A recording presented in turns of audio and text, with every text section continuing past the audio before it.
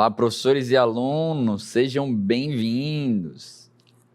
Eu sou o professor Paulo Torres, de Química, e vou estar aqui com vocês. Então, vamos ver o que nós teremos hoje. Aula 16, revisão e avaliação. Então, vamos à nossa aula.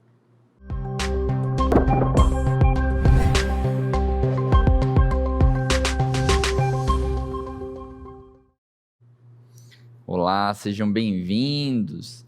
E nesta aula nós vamos revisar, os conteúdos. Então, você já está vendo aqui a radiação ionizante e não ionizante, tá? Nós temos uma diferença entre as duas, que a ionizante, ela realmente pode alterar algumas propriedades físico-químicas, porque no caso ela vai ionizar. É importante você lembrar o que é ionizar, é quando um átomo vai ganhar carga, tá? Então, quando a gente está falando de radiações, essas radiações elas podem estar liberando prótons, nêutrons, elétrons ou apenas ondas, tá? E é isso que nós estamos vendo aqui. No caso, as ondas seriam as não ionizantes. Então, todo dia, como você pode ver, nós recebemos essas emissões radioativas de vários lugares. Então, nós temos ali a energia elétrica, Nós temos ali também as televisões, que é quase seguro, pouco perigoso. Nós também temos ali a rede de telefonia, dependendo, claro, da antena que a gente está trabalhando ali, ela se torna perigosa por causa da quantidade de emissão de radiações via as ondas que nós temos. Mas você consegue ver ali embaixo, já o infravermelho e o visível. Então, a gente tem uma parte ali do espectro de radiação que ele é visível, que são as cores que nós temos. Logo em seguida, nós temos o ultravioleta, o raio-x e aqui os raios gama. Então, dessa parte do ultravioleta para até os raios gamas, eles são perigosos. Então, é importante estar aí tomando cuidado com essa emissão que você vai estar recebendo, por exemplo, do raio-x. Pessoas que trabalham com o raio-x, elas precisam de uma proteção, inclusive se aposentam mais cedo, tá? Então, note que logo aqui embaixo nós temos uma frequência, e um comprimento de onda. Quanto mais frequência, mais rápido essa onda é, tá? Quanto maior o comprimento de onda, maior vai ser, claro, menor vai ser a frequência. Então, maior o comprimento, menor a frequência. Então, note que quanto maior a frequência, mais perigoso para a gente, tá? Quanto menor a frequência, mais seguro para nós. Então, é importante você entender todos esses aspectos, porque, como eu falei anteriormente, diariamente nós estamos aí sendo bombardeados por essas radiações, tá? Então, vamos adiante. É importante entender que essa radiação, quando a gente fala de radiações ionizantes, elas vão vir através da instabilidade atômica, tá? Professor, o que é instabilidade atômica? É importante lembrar que o átomo, ele vai ter um núcleo, tá? E esse núcleo eu vou ter prótons e nêutrons. Ao redor eu tenho os elétrons, tá? Deixa eu colocar aqui de outra cor. Eu vou ter os elétrons. E o que acontece? A relação de prótons e nêutrons vai fazer com que esse átomo fique instável ou estável.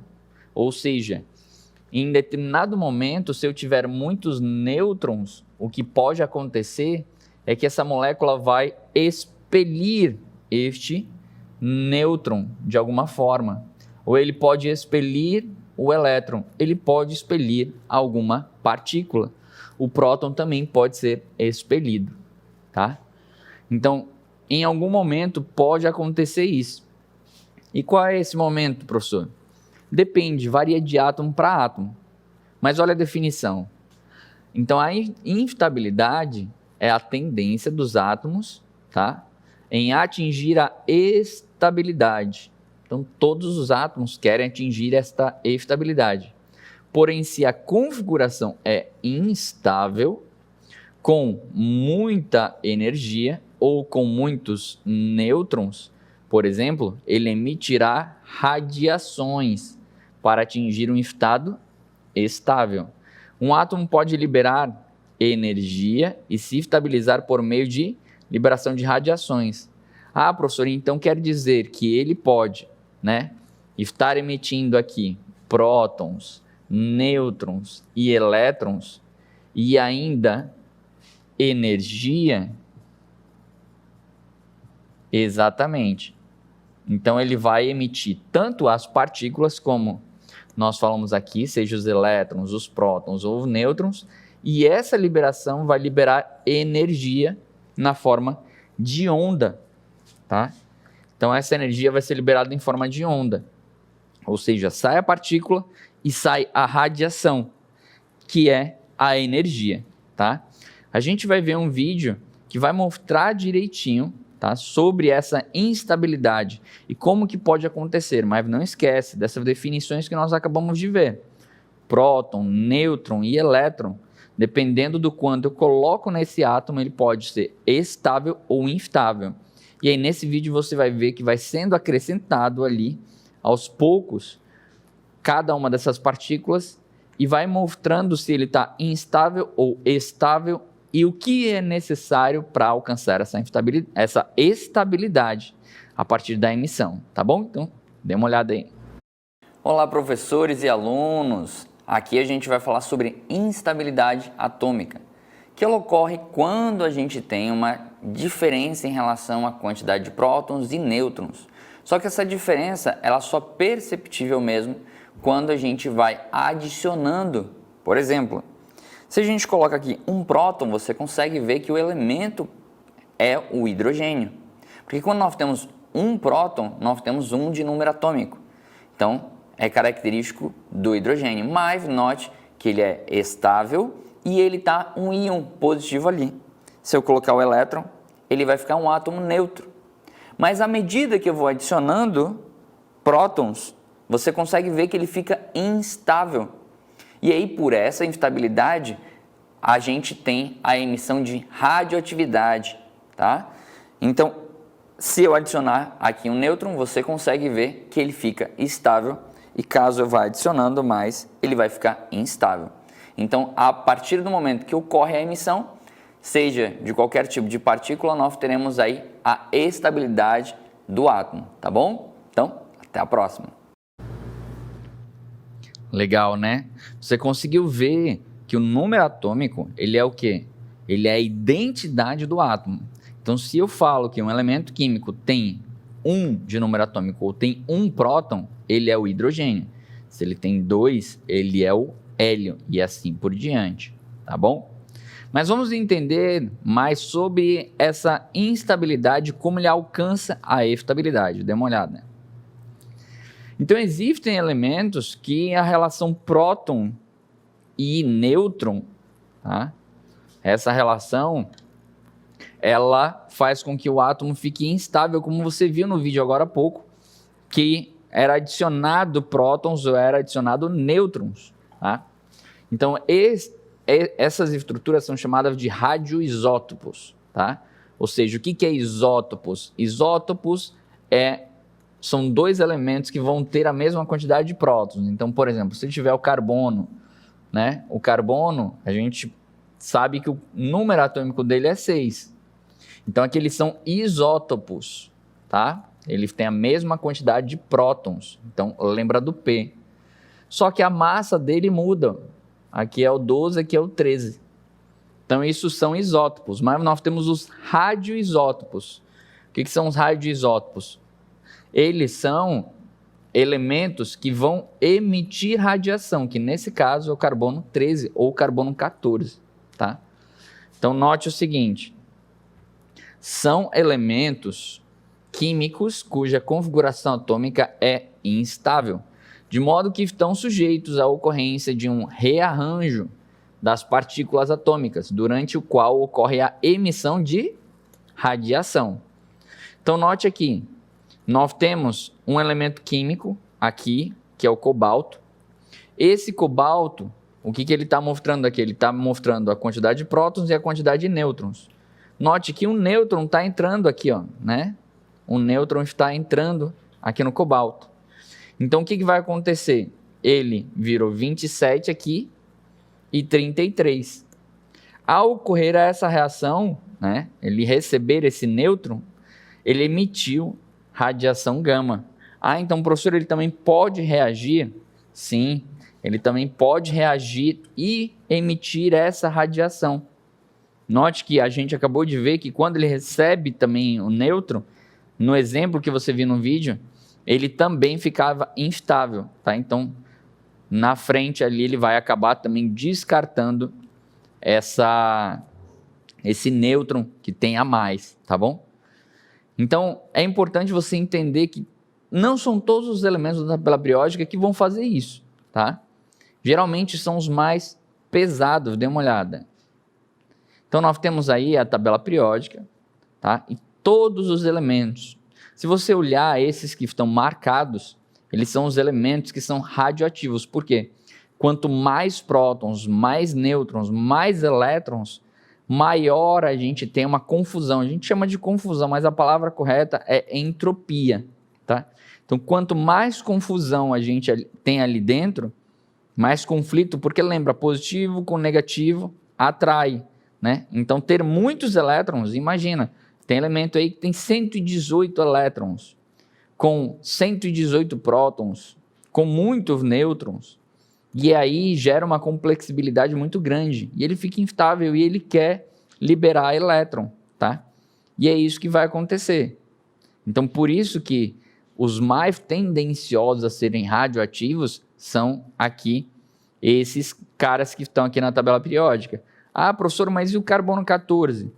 Ele é um radioisótopo, ou seja, ele é um isótopo do carbono que a gente tem aqui na tabela periódica, que é o carbono 6, tá? Carbono 612.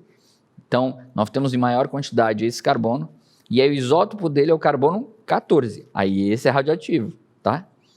Ficou claro isso aí? Mas vamos dar continuidade a qual tipo de radiação que a gente tem.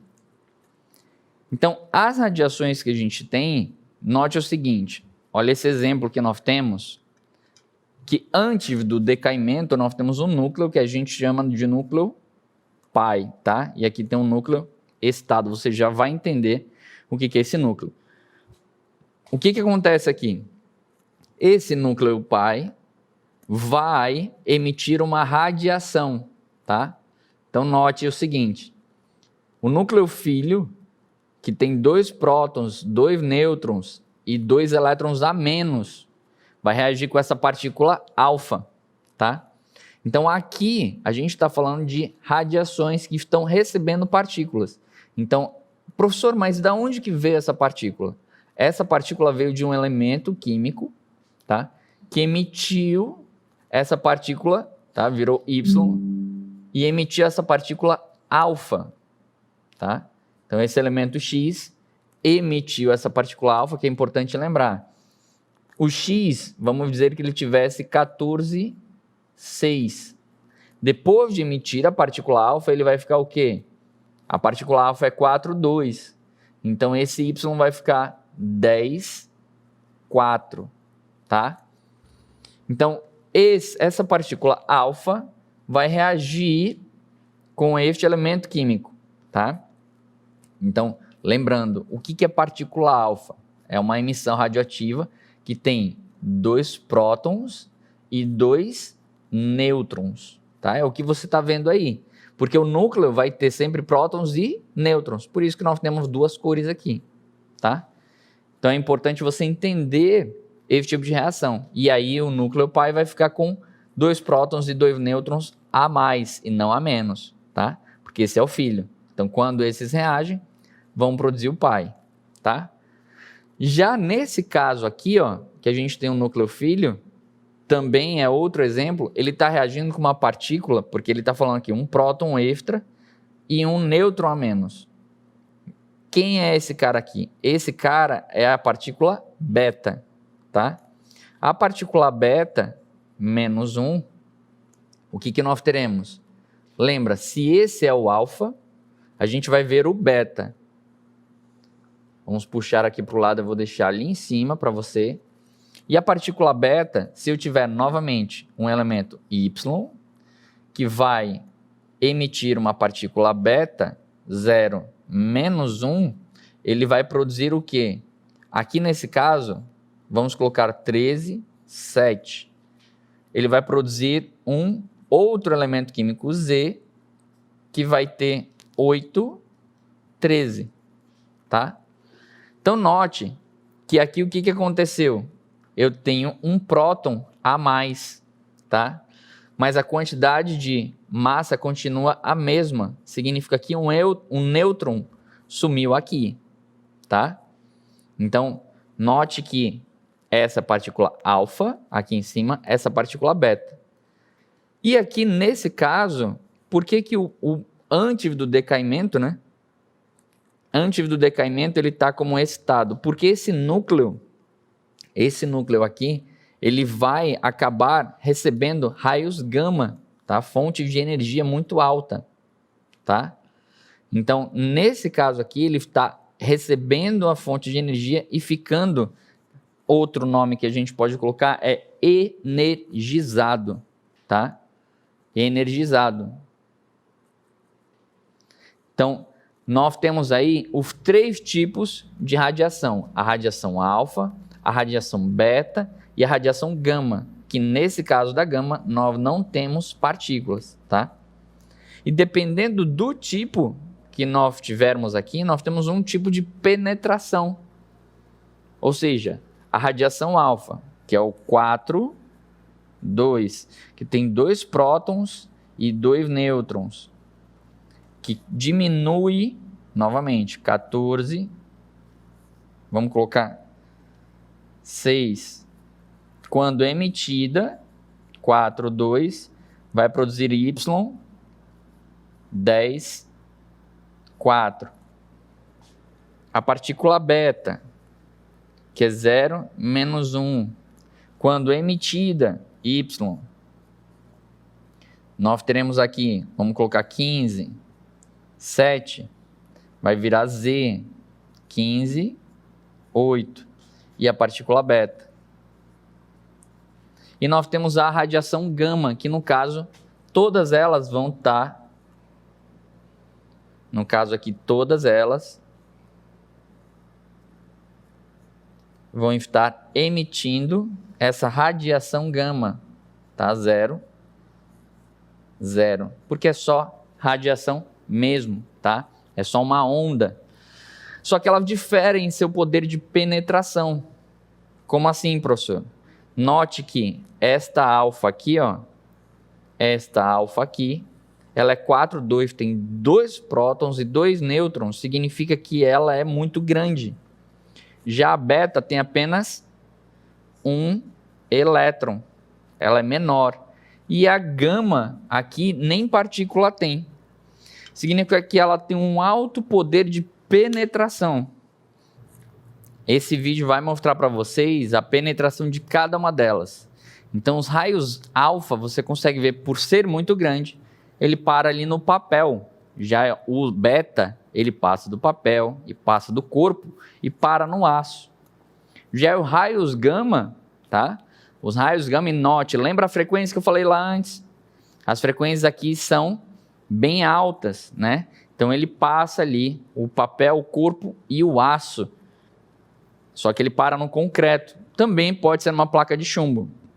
Os raios-x da mesma forma. Então, dependendo da radiação, e claro, radiações também e elementos químicos também são usados na medicina para tratamento específico ali também de câncer ou para fazer, como você já viu, raio-x ali, né? Uma emissão radioativa. Então, tem várias formas de a gente estar utilizando para saúde, para o bem-estar, tá? Dependendo da forma que é utilizado. Então, espero que você tenha entendido tudo direitinho sobre radiação, tá bom? Fique com Deus e até a próxima.